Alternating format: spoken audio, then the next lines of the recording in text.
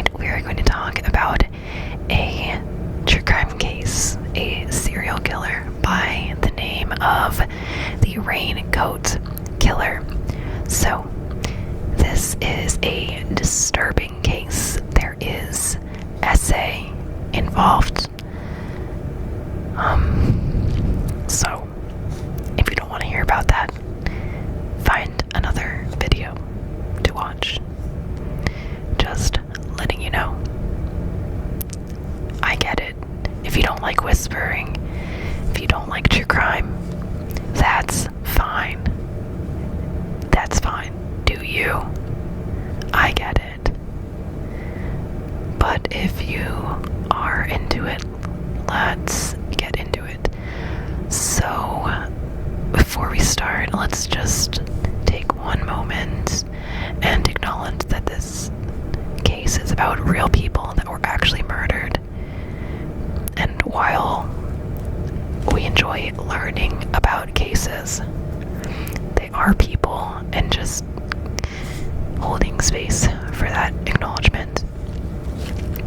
Alright, so this is the case of the Raincoat Killer, Yu Young-chul from South Korea.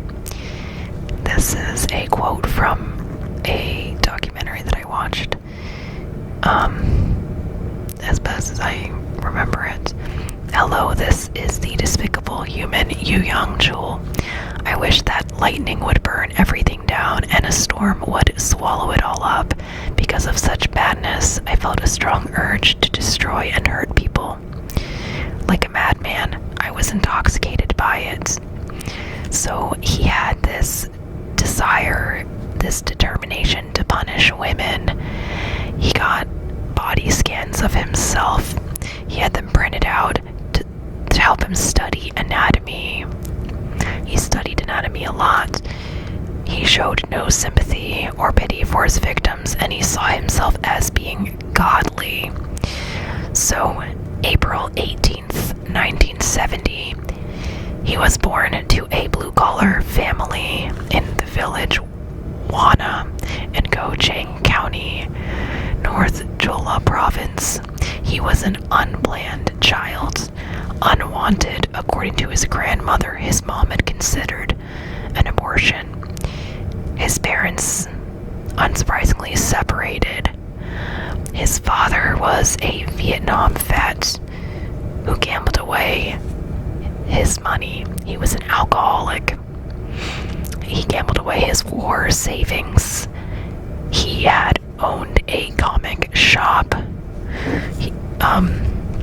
They lived in the Mapo district, which is a poor area. They had no electricity or running water, so they used water from a well. You had two older brothers and a younger sister. One brother ran away from home. Also, his stepmother would savagely beat his younger sister, but never Yu, because I think she was scared of him a little bit. That he would stare at her and had just this weird look in his eye, and so she knew he was just not right. I'm guessing. This is just what I found information on. So, he lived at some point with his grandmother for a time, and then eventually they had to go live with their mom. I believe Yu was 8. Also, the stepmother, like I said, his stepmother was unsettled and creeped out by Yu. Something in his eyes when he'd stare at her, and that's why she said she never hit him. Yu went to Seolgong Elementary School. He was described as quiet and polite. He respected his elders. Yu went to middle school in 1984. Claimed he had an IQ of 140, which was contradicted by school records that indicated it was between a 95 and a 100 IQ. He has wood carving injuries, scars in his left hand. He's colorblind. He likes painting, reading poetry, and he loved singing. He was athletic, but because of his poor diet, he passed out. Others say it was more attributed to epileptic seizures. At one point, he was part of a gospel group at his church. For competing in a talent show, he made a singing group called Evergreen for a time. He comic drawing calmed Jewel down. There's actually a drawing of him with two versions of himself. One is this demon, the other is this cute little thing. So you see his personality, his like duality within him. So at some point his father died in a car accident, but he was kind of like, I think he was like full-blown alcoholic at this point. So Jewel went to a technical high school in 1987. He didn't get into art school that he had applied for. In his second year of high school, he stole his neighbor's guitar and Sony cassette player. So that was 1988. I guess some listed this as his first crime. So he went to juvenile detention center. He never graduated from high school. And in 1991, he stole more than $500 in cash and a camera. I believe this is the same year that he met Miss Huang around Christmas. And he stole this because his rent was raised, and to pay he broke into an office and tried to steal these items. But he was caught by security. His mom visited him while he was in jail, where he spent 10 months, and in 1993 he stole a car that had the key in the ignition, and then was sentenced to 8 months. From 1993 to 1995, he received treatment as a day patient at National Mental Hospital in Jungwak neighborhood because of epilepsy. Some speculate as to whether his athletic blackouts might have been epileptic seizures. I believe I already mentioned this, but for good measure. Some claim he had bipolar disorder, as one of his brothers was diagnosed bipolar. In 1994, in a drunken stupor, his brother took his own life. And in 1998, Jewel forged official documents and impersonated government officials. He asks his mom to care for his wife and new son. In March 2000, he raped a 15-year-old girl, and I believe robbery, so he went to prison for those. His wife, unsurprisingly, leaves him and bars him from seeing his son. He loved his son, so over an 11-year period, he had 14 convictions, such as fraud, theft, battery, non-consensual sex. So the divorce happened in 2002, and he was, I believe, May 2002.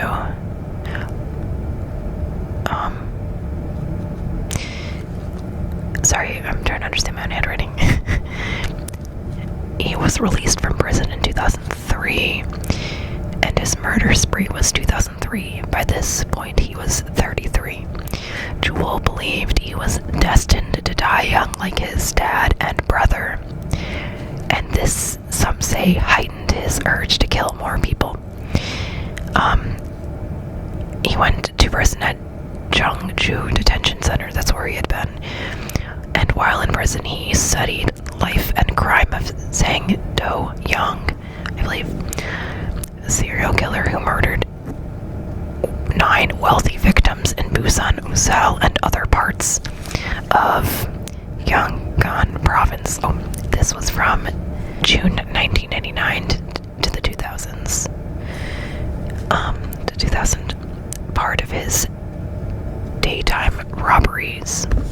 He said that he had the urge to rob houses that were equipped with security cameras, and then he also said that he may have the devil inside him, which is very like H.H. Holmes vibes, He held He robbed 13 homes, killed 9 people, held women for ransom. I guess he made $100,000 from break-ins. He began at 31 and went on for 10 months after release from prison. So was Jewel emulating saying? I think maybe a little bit, but I think that it was more, in my mind, a shared hatred for wealthy, for those he blamed for his problems, and those who had what he wanted. So that's my opinion. So like a scapegoat for them. And this is why I believe he's a sociopath and not a psychopath, because he has rage, and specifically towards those he feels has wronged him. And he has had all these different environmental factors that played a role in this development, being around abuse, whether he perpetrated it or whether it was perpetrated on him or not, his modeling, right? And living in poor area and not having all the things that he needed, so on and so forth. And that's kind of where his disdain for wealthy comes from. So they blame the wealthy for their problems. Those of society, they blame for their own misery. You can see this in a quote from Jewel, that he did it to kill society. He beat his victims like dogs. After release from prison, September 2003, he gathered stray dogs and clubbed them to death. He had planned to kill 100 people, and he practiced on dogs. So his crimes were with, to some extent, methodical forethought. And attention to detail. He used a homemade hammer as a weapon of choice, which actually made it harder for police to find the murder weapon, able to leave the damage left by the hammer dent in one of the victim's skulls. Experts say in cases of anger, more likely to attack the victim's head. Jewel was, and I think this quote is more about the sex worker killings, but Jewel was night and day, two different worlds on an average man. In the daytime and at other times, a murderer. It's like at night. Crimes described by some as being seemingly motiveless, but I don't agree with that. He had rage towards specific groups that he felt wronged him. That is a motive. Just saying. You can see economic and political flux leading to guiltlessness when one police officer commented on a crime in South Korea. Based on his anger, aggression, and blaming of the wealthy, and based on his background in childhood, I'm inclined to, again, characterize him as a sociopath. Due to the societal environmental elements, he targeted wealthy homes first, often elderly victims, but switched his target population to evade detection and take his rage out on another group he blamed for his problems. Not just hostility for the rich, but also for sex workers. Alright, so September 24th, 2003, 13 days following his release from prison, he committed his first serial murder. Made his way to Seoul neighborhood of Sinsadong, to a second-story home of 72-year-old Lee Jok-soo, along with his 68-year-old wife, Lee Young-ok,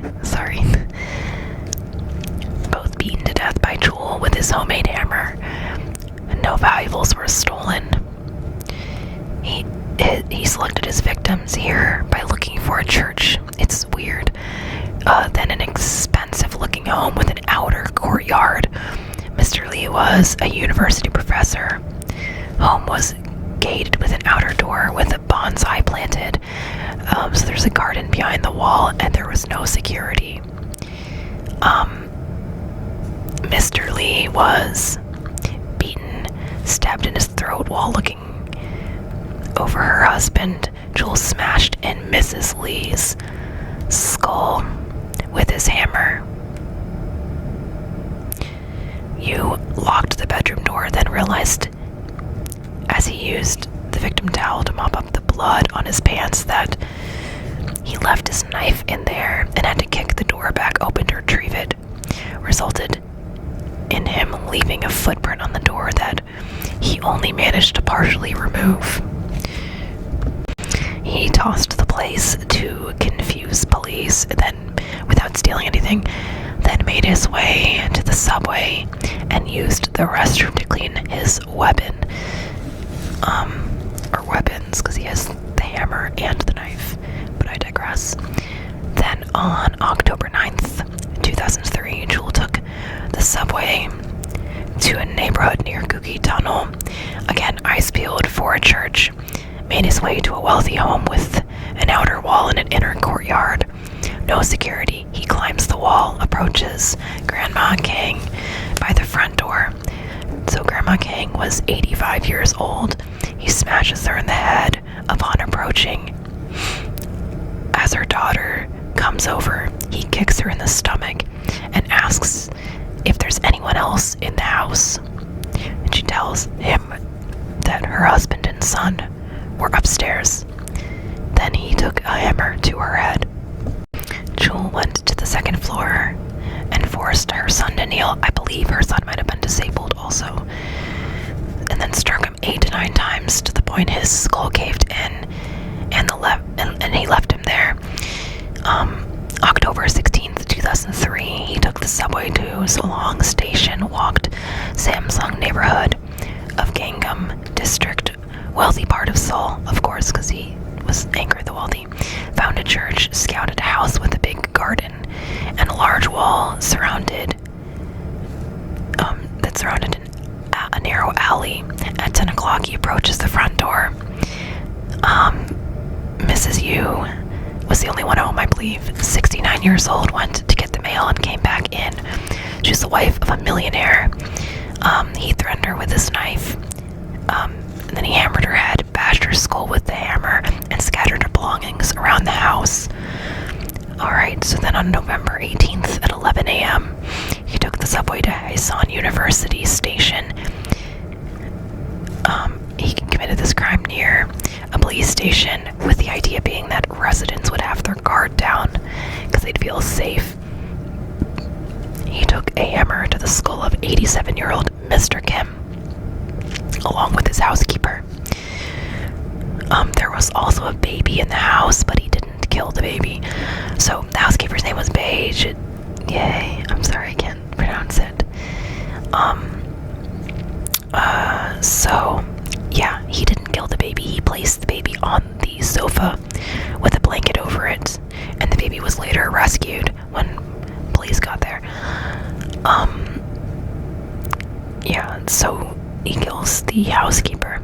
He left a footprint, and also he cut himself trying to open this safe. And he set fire to the bedroom, thinking he could get rid of this evidence. I believe he was captured on surveillance as well. Alright, so December 11th, 2003, Yu dated an escort, but when his criminal record came to light, she broke it off. He had even proposed to her. In January of 2004, he was arrested for theft at a sauna near Sodomon Station. His record was not checked, and they just released him. Some say this might have given him confidence to start killing again, because the police were starting to realize that his killings were the same person, and he kind of stopped. So, his ex was a masseuse and his ex-girlfriend an escort for one of those phone sex establishments, and that led to his targeting of female sex workers. He was bitter, felt rejected.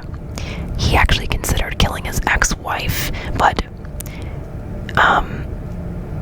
for the sake of his then 11-year-old son, he chose not to. How valiant of you, sir. Oh, I also wanted to mention, in terms of the shoe prints discovered at the crime scenes of those wealthy homes, in one case, one was discovered on top of an AC unit outside, and prints at two scenes matched other ones, the second and third. Yeah, and they're described as being buffalo shoes. Also, the police at one point, the police actually publicized the grainy footage of him leaving with the rain jacket on, and that's where his name comes from. In one instance, after killing the couples and families, he stabbed a random high school girl on her way home. Another was brutally murdered on the way home after meeting her boyfriends. One victim lives with brain lesion after sustaining injuries.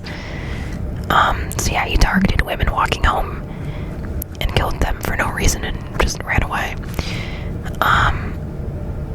So based on like how all over the place he was, when the police established their joint investigation team, they initially thought they had multiple serial killers, but it was the same person changing their tactics.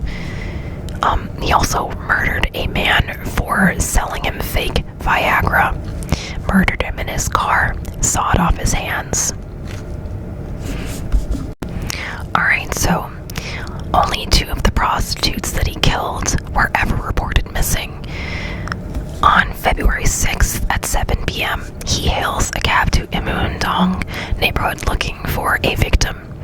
He approached Miss John, I think that's her name, 24 years old, in front of a restaurant. Thought she looked like a sex worker. Whips out a fake police badge, asks her to go to the bar with him. She says, "You're not a cop, you crazy bastard." She tries to run off and he chases after her and he stabs her 5 times in the chest. And then, so you lived in Nogosan, neighborhood of Mapo, apartment 203. He had limited possessions. His house was neat, some would say immaculate. He had scrapbooks of news clips for toys that he wanted to buy his son and advertisements for pistols. He had an art album of female nude portraits. He had calling cards everywhere. He was actually a talented manga style artist. He had pop singer songs, notes on cars, computers, and musical equipment. But yes, he had a strong urge, a strong desire to kill, to punish women. He figured, their disappearances would largely go unnoticed. Sex workers in South Korea have been treated less than human and can't call the police when exposed to a crime, according to South Korean authorities in the documentary I watched. And the client knows this.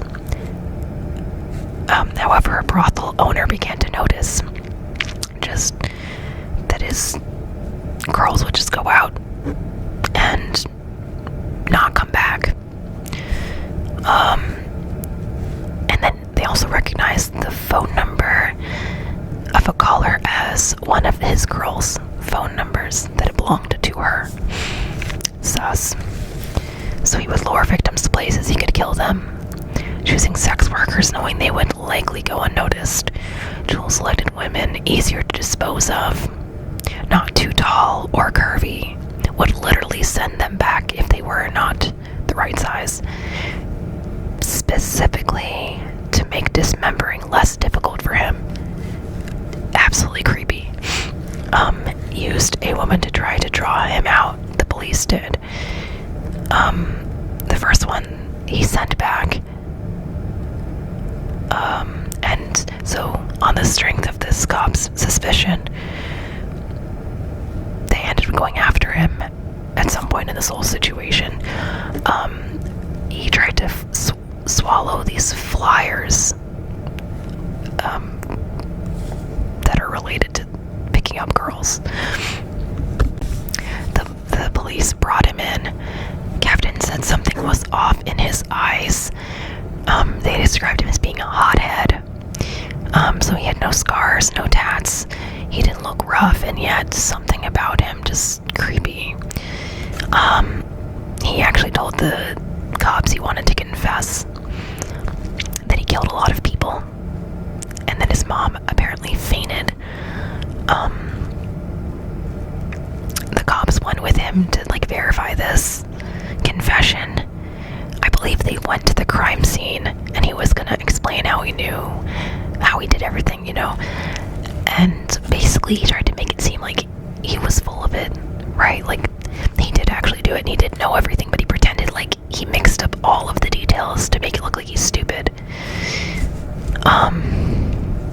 And so he tricked the cops into thinking he was just crazy, that he didn't know the case details, and he kind of gave him the runaround, made them doubt themselves, and they let their guard down.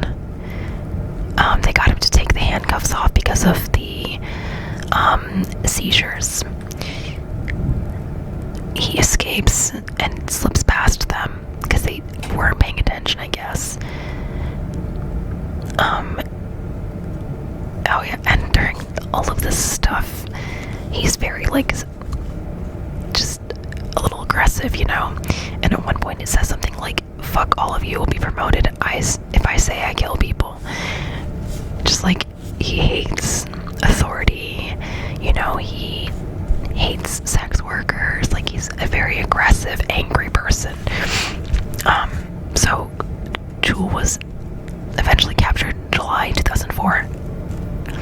Not that long after this big mess up by the police.